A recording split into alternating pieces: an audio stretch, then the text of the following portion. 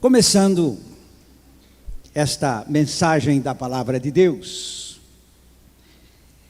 nós temos no capítulo 15 de Atos dos Apóstolos, aquela história, pois a igreja havia se expandido muito.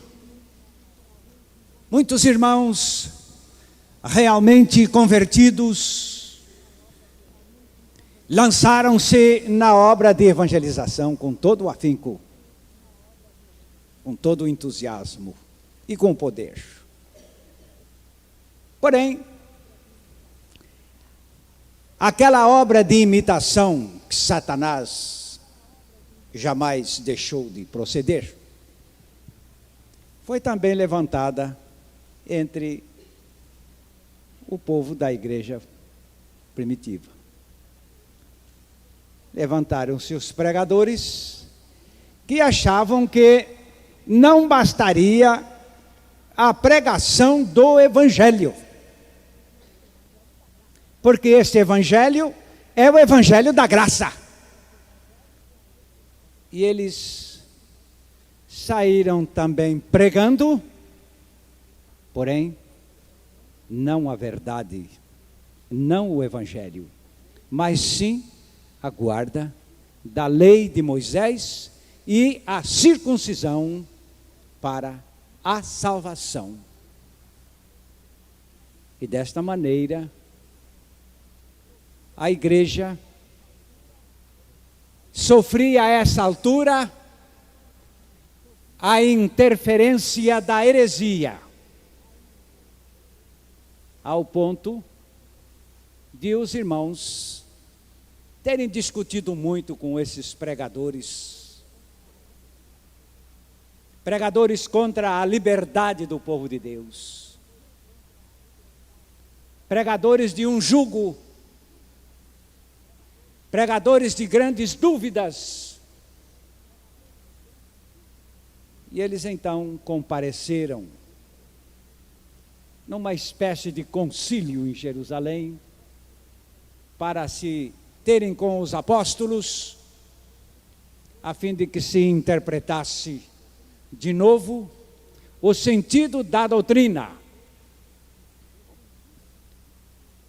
E graças a Deus, que pelo testemunho de apóstolos experimentados, como Pedro e Paulo e Barnabé,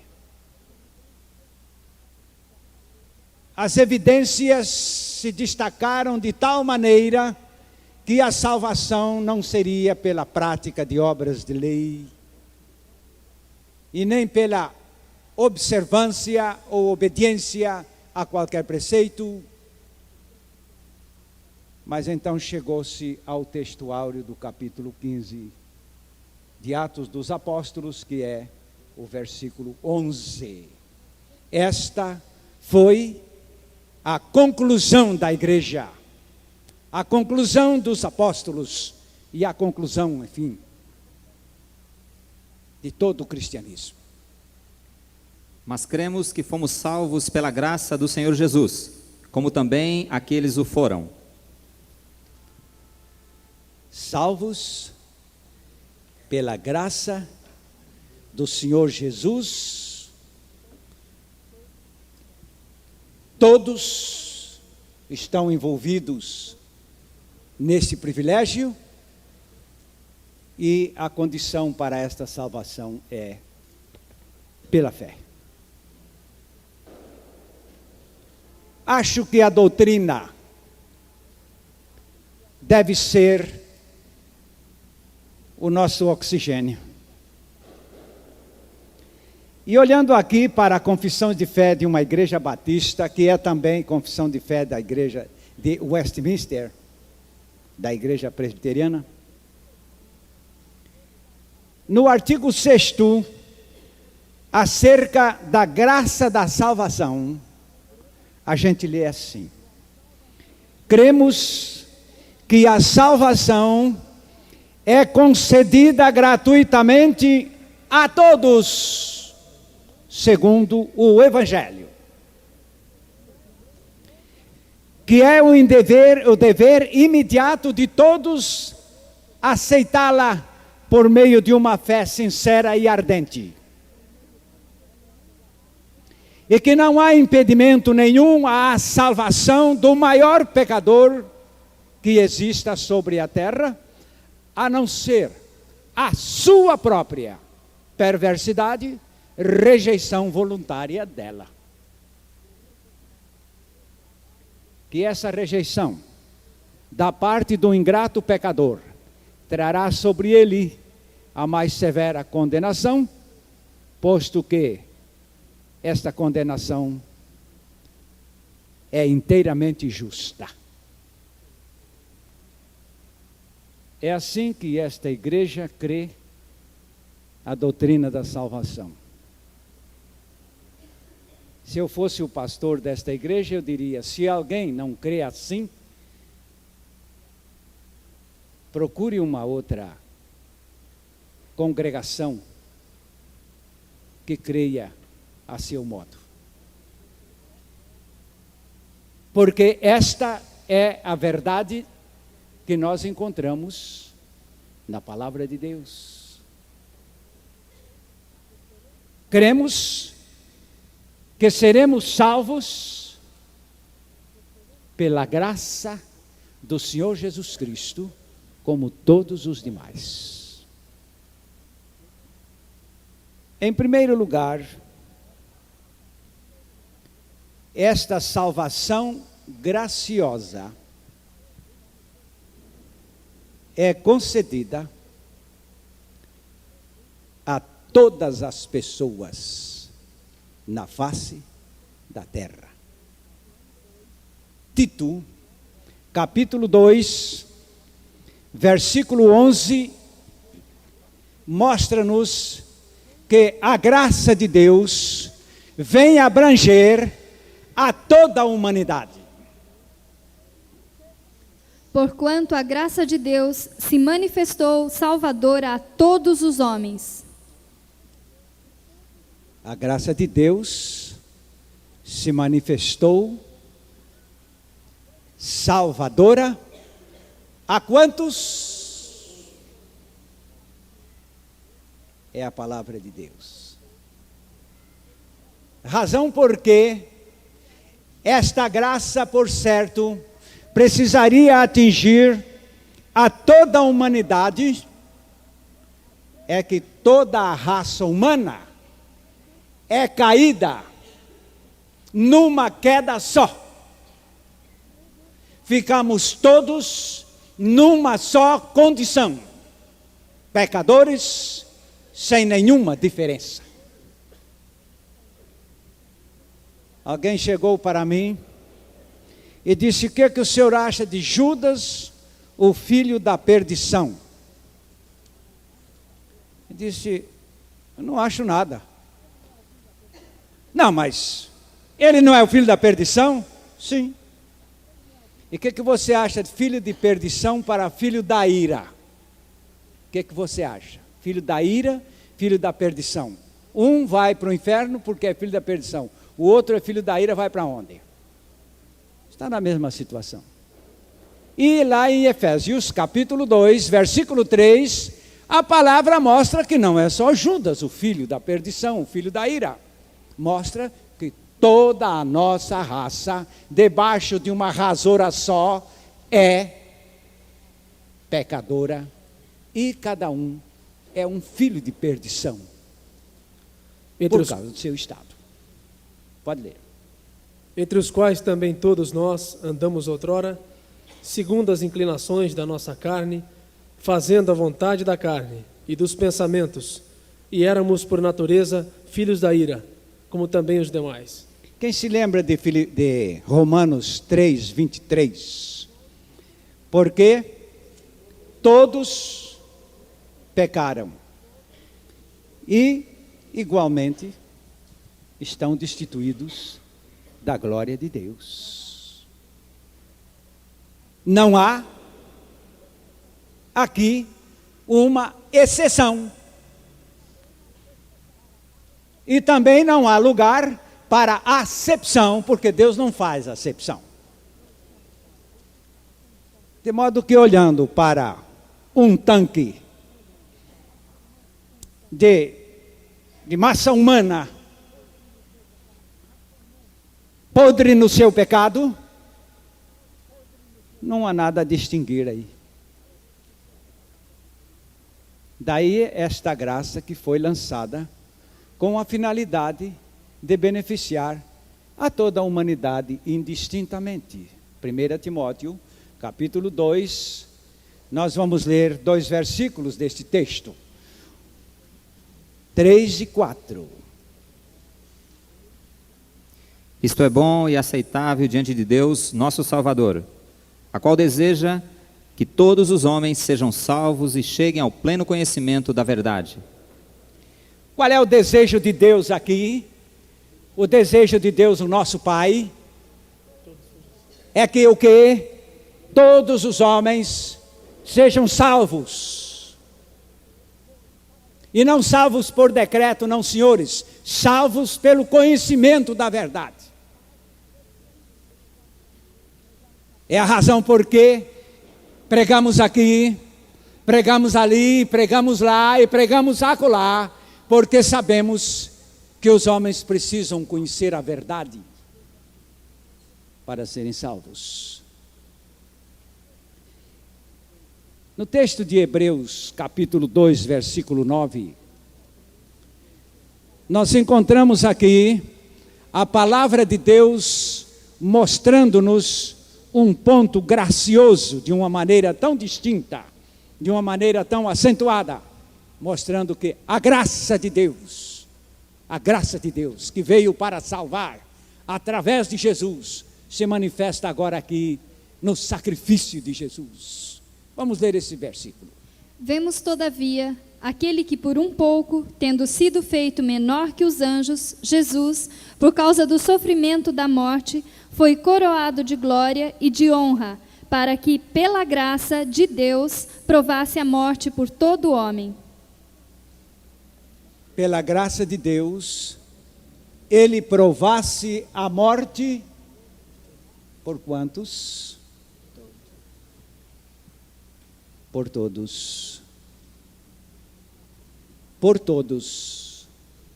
Não ficará uma pessoa omissa ou posta fora deste raio de ação da graça, porque a morte que Jesus provou ali na cruz do Calvário, pela graça de Deus, é em favor de todo pecador. Se alguém não é pecador, está excluído. Mas é a razão porque ele provou a morte por todos. Depois desse texto, nós vamos encontrar o texto de João 12:32, não vamos abrir não é? Vamos todos falar juntos? E eu, quando for levantado da terra, atrairei todos a mim mesmo. O que nós estamos procurando apresentar aqui é esta palavra todos, que não pode ser excluída da Bíblia e nem adulterada na Bíblia. A palavra todos indica que ninguém ficou de fora. O texto de 2 aos Coríntios 5,14, eu quero que você vá guardando essa palavra todos, porque nós estamos falando da graça, e esta graça não pode fazer acepção, porque a raça humana é uma massa só, é perdida, não tem melhora em si, não tem sangue azul, não tem nobreza, não tem nada, ela é toda arrasada na sua iniquidade. Por isto a graça também não tem condições de fazer uma diferença entre nós, nascidos nesta terra. Pois o amor de Cristo nos constrange, julgando nós isto: um morreu por todos, logo todos morreram. Aqui encontramos duas vezes todos. Já havíamos lido lá anteriormente que ele morreu por todos, depois que ele atraiu a todos, mas agora repete dizendo que morreu por todos com uma finalidade, sabe de quê? De levar-nos todos a morrermos nele. Esta é a medida da graça de Deus. Está aí estendida para qualquer pessoa. Se alguém disser a você que você não tem o direito a esta graça de Deus, você pode refutar isto como uma heresia, porque a palavra de Deus mostra que nesta graça Deus teve que estender igualmente a todos, porque não havia em nenhum de nós uma diferença. E agora, quando ele nos encontrou nesta situação, a mensagem do Evangelho, em Atos dos Apóstolos 17:30, mostra-nos que tipo de abrangência ele está apresentando aqui, para que nós cheguemos a esta conclusão. Deus de fato está encarando a toda a raça humana maligna, para usar com toda esta raça igual, de uma misericórdia igual, de uma graça igual. Ora, não levou Deus em conta os tempos da ignorância. Agora, porém, notifica aos homens que todos em toda parte se arrependam. Deus agora anuncia a quantos? Todos. A todos. Em quantos lugares? Em todo lugar. Para que todos se arrependam. Esta é a intimação do Evangelho de Cristo, colocando a graça de Deus à disposição de toda a raça humana, sem nenhuma acepção. Não vimos isto na Bíblia. Depois disto, precisamos destacar que esta graça salvadora, como disse o texto inicial, cremos que seremos salvos pela graça do Senhor Jesus Cristo. Como todos os demais, este mesmo verso já está mostrando que esta salvação é igualmente para todos. E agora, esta graça é por meio do Senhor Jesus Cristo. No Evangelho de João, no capítulo 1, os versos 16 e 17, mostra-nos que o Senhor Jesus Cristo veio ao mundo a fim de nos trazer a graça de Deus em nosso favor. Porque todos nós temos recebido da sua plenitude, e graça sobre graça, porque a lei foi dada por intermédio de Moisés, a graça e a verdade vieram por meio de Jesus Cristo. Amém. Jesus Cristo é o portador desta graça. Para a experiência, depois desse texto, nós encontramos ainda o texto de Romanos 11:32. 11:32. Porque Deus a todos encerrou na desobediência, a fim de usar de misericórdia para com todos. Esta vinda do Senhor Jesus Cristo foi a manifestação da misericórdia de Deus para conosco. E a palavra misericórdia e a graça são sinônimas. Estas duas palavras se comparam perfeitamente, porque é o sentido da manifestação do favor divino a quem não merece nada. E em Romanos 5, nós vamos começar encontrando aí no versículo 15, que é um plano de Deus doar-nos esta graça.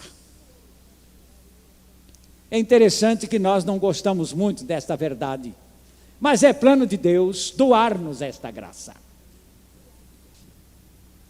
Todavia, não é assim um dom gratuito como a ofensa, porque se pela ofensa de um só morreram muitos, muito mais a graça de Deus e o dom pela graça de um só homem, Jesus Cristo, foi abundante sobre muitos. E graças a Deus que este dom da graça nos foi trazido pelo Senhor Jesus Cristo. O verso 17 aí. Se pela ofensa de um e por meio de um só reinou a morte, muito mais os que receberam a abundância da graça e o dom da justiça reinarão em vida por meio de um só, a saber, Jesus Cristo. Outra vez a palavra de Deus mostrando-nos que esta graça nos foi dada e ela pode ser perfeitamente recebida nesse termo, em abundância. Em abundância. Não existe um pouquinho de graça para alguém. Existe uma só proporção, que é a graça abundante. Graça abundante. Não tem medida. E o versículo 18 desse mesmo texto. Pois assim como por uma só ofensa veio o juízo sobre todos os homens para a condenação, assim também, por um só ato de justiça, veio a graça sobre todos os homens para a justificação que dá a vida. Amém. Veio a graça sobre todos os homens para a justificação da vida. É a palavra de Deus apresentando-nos como esta graça não exclui a ninguém e ela se estende a todos os homens com uma finalidade: justificação de vida. Graça maravilhosa, graça plena, graça eficaz, graça benigna. O nosso Deus é louvado por causa desta sua imensa graça que nos tem sido outorgada abundantemente. Abundantemente. O passo seguinte que nós vimos ali naquele texto, estamos aqui em Atos 15, 11, não é? O passo seguinte que encontramos ali, o texto lá de Atos 15, 11 diz: mas cremos que seremos salvos pela graça do Senhor Jesus Cristo, como todos os demais. O passo seguinte é que nesta graça existe uma salvação. Nesta graça existe uma salvação. Eu quero levantar esta pergunta: salvação de quê? Quem sabe o meu auditório não sabe de que é que somos salvos. Ninguém arrisca? Então vamos todos falar juntos: salvação do pecado. Eu sei que há muita gente que quer salvação com o pecado, por isso não entende salvação do pecado. Mas esta graça veio por Jesus Cristo com a finalidade de nos salvar do pecado. Romanos capítulo 6, os versos 1 e 2. Que diremos, pois? Permaneceremos no pecado para que seja a graça mais abundante? De modo nenhum. Como viveremos ainda no pecado, nós os que para ele morremos? Agora eu preciso levantar a pergunta à minha leitora: se esta graça nos levou a morrer para o pecado, vamos continuar no pecado ou vamos ficar nesta graça libertadora? Vamos ler agora o versículo 14.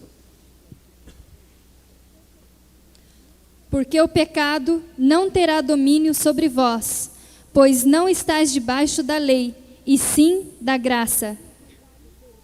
Se o pecado perdeu o domínio, o que mais o pecado pode fazer contra uma pessoa? Ele está vencido. E se ele está vencido, diz aí o texto, é porque você está debaixo do quê? Da graça. Mas a gente está salvo pela graça, mas vivendo no pecado. Não está salvo pela graça se está no pecado. E não pode estar no pecado se estiver salvo pela graça. Ou na graça, ou no pecado. A humanidade quer o meio termo. Existe um céu e um inferno. E o povo criou aí um purgatório, um limbo e não sei o que mais. Aí para ficar no intermédio. Quando Deus chega entre 8 e 80, o homem quer ficar com o 40. Mas Deus não aceita isto. Ou com ele ajuntamos, ou dele nos espalhemos. Ou ficamos no pecado, ou então debaixo desta graça. Se numa situação, na outra não. Aliás, você não gosta desses meios termos. Na sua vida você não gosta disso. Você é internado aí no hospital. E o doutor lhe trata, o hospital, ali com todo o aparato, você é tratado. E dali a pouco chega um médico, você já está curada, já tem alta aqui, pode ir para casa. Mas doutor, eu não estou podendo parar em pé. Não, mas já tem alta, está curada. Mas o senhor não pode me declarar curada alguma vez que eu estou doente. Mas não é essa mesma coisa que você quer se declarar salva no pecado? O senhor entendeu? O senhor também vai para o hospital, porque o homem também vai para o hospital. Chega lá, depois de passar lá por um período de tratamento, vem a alta. O senhor já pode ir para casa? Porque o senhor já está curado. Eu curado, doutor? E esta febre? Isso aí é coisinha mínima. E essa dor nas pernas, que eu não tenho condições nem de me levantar. Isso aí também não é nada. E essa tontura, que eu não consigo nem assimilar. Isso aí também não é nada. O senhor pode ir embora, leva a sua alta para casa, vai para casa. Eu sei que há muita gente que quer salvação assim, sabe? Só que há certa hora em que não aceita, ou uma coisa ou a outra. Ou eu estou doente e preciso ser curado, ou somente depois de curado é que eu posso receber alta. Mas a corrida é para esse ponto. Eu quero me declarar salvo, mesmo vivendo no pecado, mas a graça de Deus não aceita isto. Eu sei que o inferno vai se encher de muita gente que se presumia salva, brincando com o pecado. Aliás, uma vez eu perguntei para um irmão, escuta, irmão, esse povo que não sabe nada, que vive no pecado, morrendo, vai para onde? Vai para o inferno. Pois é.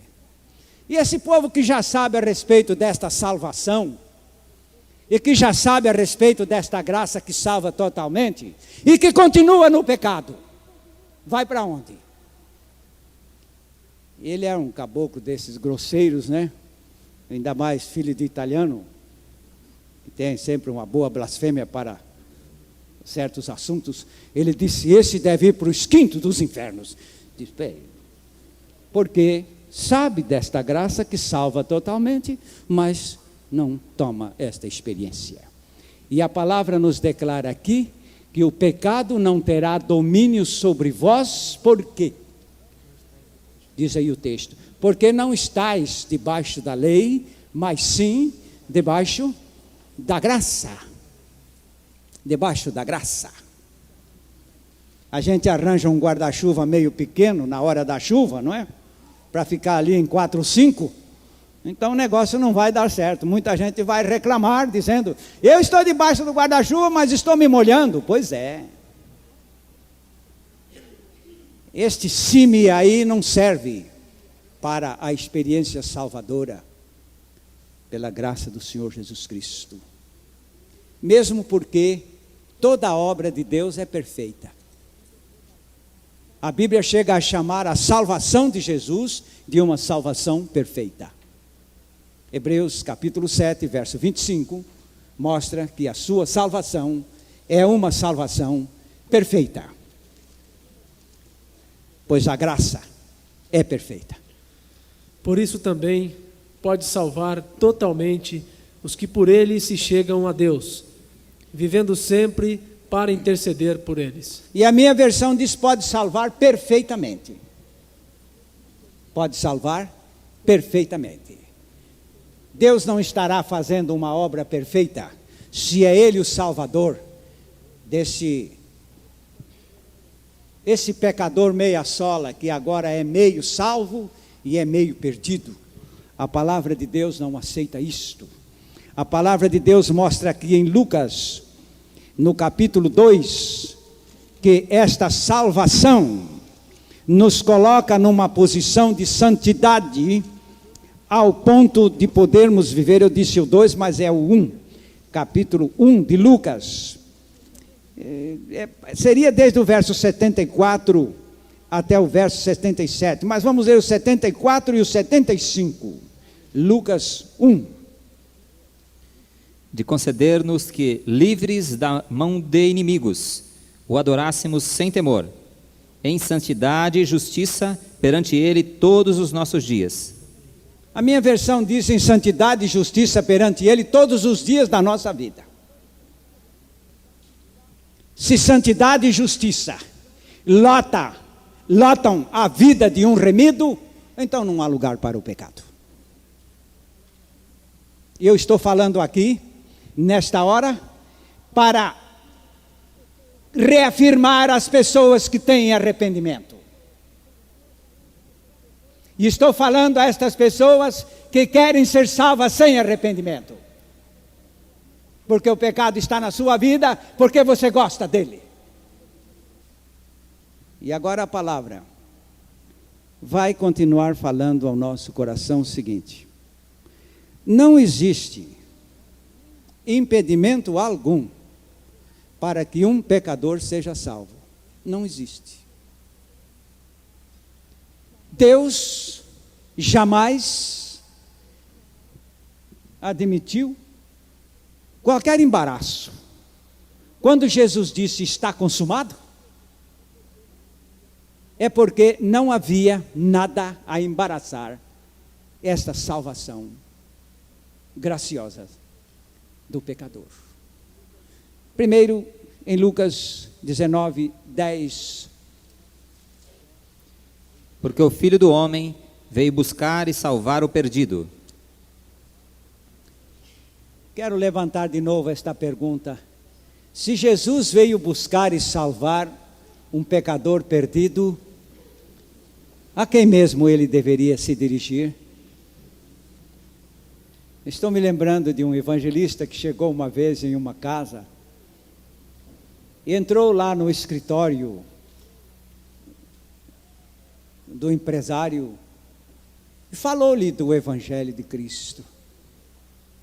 Ele mandou chamar a esposa e ouviram. Depois que ouviram, eles se entreolharam e disseram: é uma mensagem necessária para o nosso filho, não é verdade? Sim, é verdade. O senhor pode demorar mais um pouquinho? Nós vamos trazer o nosso filho para ouvir essa mensagem. Pois não. E então trouxeram o filho, e o filho sentou-se ali, um moço muito inteligente, muito culto, filho de empresário, né? E então este moço ouviu toda a exposição do evangelho que aquele evangelista trazia. E o moço disse: isto é maravilhoso, isto é admirável. Porém, eu estou achando que esta mensagem cabe melhor na vida dos meus pais, porque eles já são velhos, sabem? E assim, este jogo de empurrar, cada um achando que esse evangelho serve para os outros, e esquece-se de tomá-lo para si. Esquece-se de abraçar esta graça na sua experiência. E agora prossegue o texto mostrando que não há impedimento, porque esta graça salvadora se estende a pecadores. Eu sei que alguém dirá: a única coisa que poderia impedir desta graça me salvar seria o meu pecado. Não é verdade? Mas é para pecadores que ele veio salvar. Veio trazer esta graça salvadora. E este pecador, então, não tem impedimento. O Senhor está aqui como médico a curar os doentes? Exatamente. Bem, então eu não tenho para onde ir. Pode me curar, porque eu sou esse doente. E esta doença do pecado não falta em pessoa alguma. 1 Timóteo, capítulo 1, versículo 15. Fiel é a palavra e digna de toda aceitação, que Cristo Jesus veio ao mundo para salvar os pecadores, dos quais eu sou o principal. Eu estive olhando lá nesse eu sou o principal. Aquele verbo pode ser traduzido eu fui. Eu já encontrei algumas traduções dizendo: Cristo Jesus veio ao mundo salvar pecadores, dos quais eu fui o principal.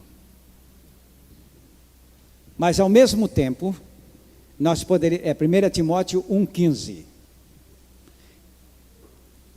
Fiel é a palavra e digna de toda aceitação, que Cristo Jesus veio ao mundo para salvar os pecadores, dos quais eu sou o principal. Fui.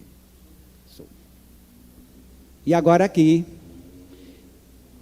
a palavra de Deus nos mostra outra vez que esta graça se dirige a toda a humanidade, porque toda a raça humana é pecadora, necessitada desta salvação que a graça veio nos trazer. O passo seguinte, desde que não haja impedimento, nós vamos agora destacar em Marcos capítulo 16, versículos 15 e 16, e vamos começar agora a destacar o mesmo ponto que a palavra de Deus já nos disse no texto inicial. E disse-lhes: Ide por todo o mundo e pregai o evangelho a toda criatura. Quem crer e for batizado será salvo. Quem, porém, não crer será condenado. Se não há acepção, se esta graça é para todos, e se todos são igualmente pecadores necessitados desta salvação, que negócio é este que uns serão salvos e outros serão condenados? O texto está mostrando aqui. Quem serão mesmo os condenados? Você está vendo aí na Bíblia? Não está vendo na Bíblia? Dá uma limpadinha nos óculos, dá uma esfregadinha no olho, e você vai ver que os condenados são os que não creem. E os salvos são os que creem. E agora, de onde procede esta exceção? De onde procede esta diferença? Procede do homem, procede de você, procede de quem crê ou de quem não crê. Agora nós estamos tratando com aqueles que não creem. Eu quero destacar este ponto, começando logo com João, capítulo 3, versos 18 e 19, onde a palavra de Deus, o Senhor Jesus, nos mostra aqui, a respeito do crer ou não crer. É Jesus. Quem nele crê não é julgado. O que não crê já está julgado, porquanto não crê no nome do unigênito Filho de Deus. Amém. O julgamento é este, que a luz veio ao mundo, e os homens amaram mais as trevas do que a luz, porque as suas obras eram más. Muito bem. A razão por que muita gente prefere não crer, porque ama o seu pecado. Porque prefere acomodar-se com o seu pecado. prefere deleitar-se no seu pecado. E daí a indisposição de fé. Portanto, não creio. Não creio. Eu já notei na Bíblia que as pessoas que tiveram a maior fé foram as pessoas mais necessitadas, sabem? Pessoas na angústia, assim, tiveram muito melhor condição de crer do que essa gente que está aí com a vida às brisas. E aqui é a hora de um pecador reconhecer: oh Deus, tem misericórdia de mim, que eu sou um pecador, eu sou uma pecadora, e eu estou indo para o inferno, e eu estou condenado, eu estou condenada, tem misericórdia de mim. E Ele estende a graça para o pecador que quer crer. A acepção aparece agora aqui entre o crer ou não crer. A condenação ou salvação se destaca aqui entre o crer ou não crer. E depois disto, nós temos o texto de Mateus, capítulo 11. Eu gostaria de ler esse texto de 20 a 24. Aqui, onde o Senhor Jesus Cristo reclama, queixa-se, acusa, aponta contra a incredulidade. Ele está mostrando que esta incredulidade é causa de perdição, que essa incredulidade é o grande mal que está na humanidade. Então, ele comenta isso aqui. Vamos ler 20 a 24. Passou então Jesus a increpar as cidades nas quais ele operara numerosos milagres pelo fato de não se terem arrependido. Ai de ti, Corazim! Ai de ti, Betsaida! Porque se em Tiro e em Sidom se tivessem operado os milagres que em vós se fizeram, há muito que elas se teriam arrependido com pano de saco e cinza. E contudo vos digo, no dia do juízo haverá menos rigor para Tiro e Sidom do que para vós outros.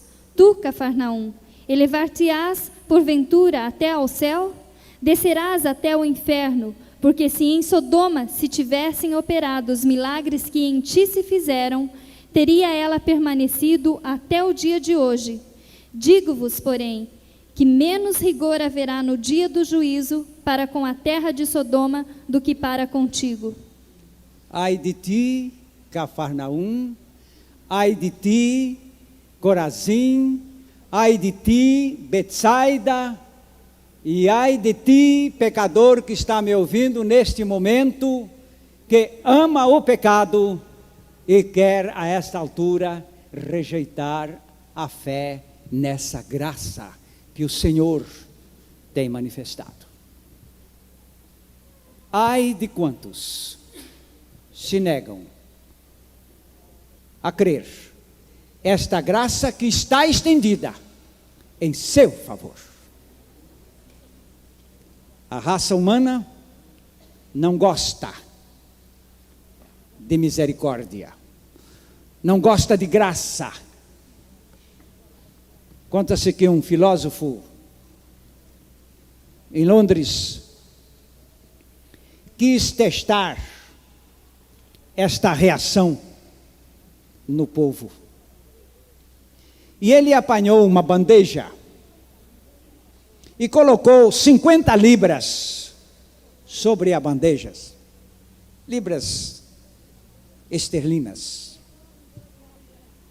E esse homem foi com a bandeja lá para uma ponte em Londres, uma ponte de pedestres, muita gente passando a pé por ali, e esse homem foi lá, e com aquela bandeja de dinheiro, dizendo: estou dando 1 libra para cada pessoa de graça, qualquer pessoa que quiser pode estender a sua mão e apanhar aí a sua libra, poderá levar para si, é de graça, é de graça, é de graça. Pessoas chegavam, olhavam e se desviavam dele, é de graça, outros chegavam, levavam um susto, pulavam para trás, é de graça, estou dando de graça. Ele passou ali cerca de mais de 1 hora, oferecendo de graça, ninguém estendeu a mão para receber. E a certa altura, quando ele já ia saindo, ele viu ali um homem, pobretão, sentado, de cabeça baixa, e estendeu a bandeja para este homem e disse: é de graça, meu amigo, pode pegar a sua. Ele olhou para o homem e disse: muito obrigado. Pegou a libra e ficou com ela em mãos. E quando ele pegou a libra, ficou com ela na mão. Várias pessoas chegaram: ele te deu mesmo? Deu, mas está aqui. E ele foi embora. Aí saíram correndo atrás dele.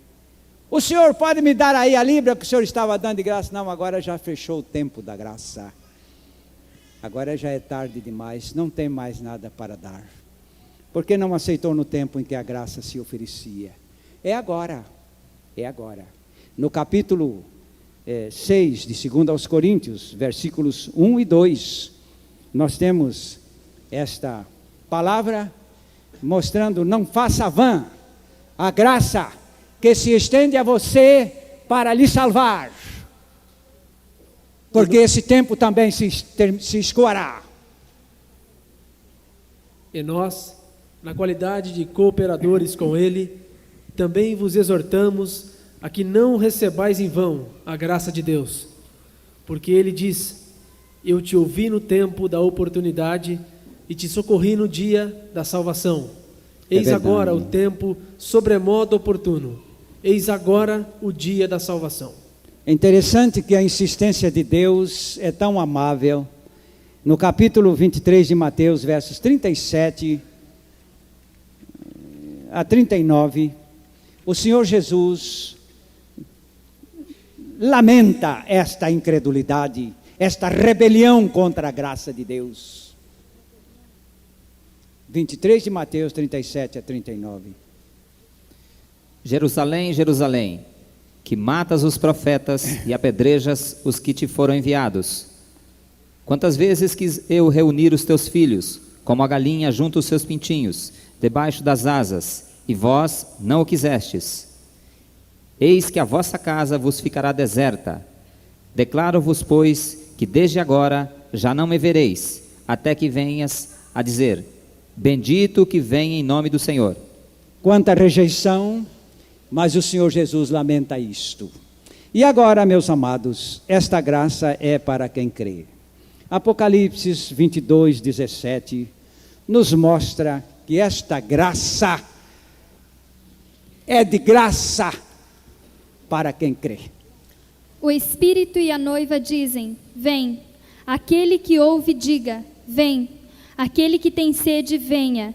E quem quiser, receba de graça a água da vida. Porque este versículo diz: quem quiser, receba de graça a água da vida. Porque quem quiser. Está aqui, esse texto de Apocalipse, é Jesus falando a João. Quem quiser. Deus jamais violentou a vontade humana. O ser humano é uma pessoa que tem de escolher, que tem de aceitar ou rejeitar. Aqui a palavra de Deus dizendo: quem quiser. Vocês estão lembrados no versículo anterior que ele leu? Eu quis ajuntar os teus filhos como a galinha junta os seus pintainhos, e tu não quiseste, viu? Não quiseste. E agora aqui, outra vez, quem quiser. Você nesta noite poderá querer fazer vã esta graça, ou poderá querer abraçá-la e se tornar feliz nesta graça. Depois, em João 7, 37 e 38. No último dia, o grande dia da festa, levantou-se Jesus e exclamou: se alguém tem sede, venha a mim e beba. Quem crer em mim, como diz a Escritura, do seu interior fluirão rios de água viva. Se alguém tem sede, venha a mim e beba. Ele nos proporciona esta graça. Depois, eu quero chamar a sua atenção para este término, mostrando esta graça em 5 dimensões. A primeira apareceu aqui no texto quando diz que ele veio cheio de graça e de verdade para nos transmitir a plenitude de sua graça. Ele veio. A segunda dimensão é que lemos ali naquele texto que pela graça de Deus, ele provou a morte por nós. A terceira dimensão está lá em Efésios capítulo 2, versículo 5, quando nos foi transmitida a sua vida na nossa ressurreição com ele. Estou falando a quem está dentro desta experiência de graça. Estando nós mortos em nossos delitos, nos deu vida juntamente com Cristo. Pela graça sois salvos. E ainda fala da graça aí. Esta é a terceira dimensão. Ele nos deu a sua própria vida ao ressuscitar-nos com ele.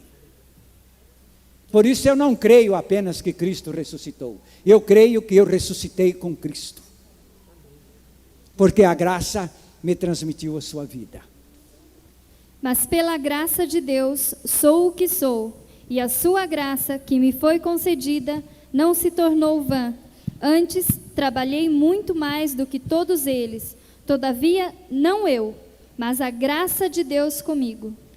Poderei repetir estas 5 dimensões. A encarnação de Cristo foi o primeiro passo da graça por nós. A oferta de Cristo na cruz do Calvário foi o segundo passo desta graça por nós. A transmissão da vida de Cristo a nós na ressurreição foi o terceiro passo desta graça. A essa altura já é em nós, não é? E a vitória sobre o pecado, mostrando que esta graça é agora a vida de Cristo em nós, assegurando-nos toda a vitória, e o pecado não tem domínio sobre nós. E finalmente, esta graça usando-nos para a glória de Deus na face da terra. Porque para mim, eu considero que o maior privilégio do mundo, que se pode pensar na face da terra, é ser usado por Deus neste mundo para a sua glória. Não há maior riqueza, não há maior lucro, não há maior felicidade. Curve a sua cabeça. Ore ao Senhor neste momento. Ore ao Senhor. Você não vai pedir a Deus a graça, isso é bobagem, não se faz esse pedido. Ele já nos deu esta graça. Mas você vai fazer uma oração, dizendo: Senhor, dá-me a fé nesta graça, meu Deus. Dá-me a fé nesta graça, meu Deus, para que eu tenha a sua plena experiência. Dá-me a fé, Senhor, na tua graça, para que eu tenha nela a plena experiência. Faz isto por mim, por nós, por todos, porque ela é para todos, Senhor, em nome de Jesus. Amém e amém. E na graça e na paz, todos irão para a nova semana que vem aí. Amém. A mensagem que você acabou de assistir faz parte do Ministério de Comunicação Palavra da Cruz. Temos um grande acervo de estudos bíblicos em áudio e vídeo. Distribuímos também gratuitamente o jornal mensal Palavra da Cruz. Entre em contato conosco pelo fone 0 operadora 43 3372 8900 ou pelo e-mail livraria@piblondrina.com.br. Visite-nos pelo site www.livrariapiblondrina.com.br ou acesse www.piblondrina.com.br. Graça e paz.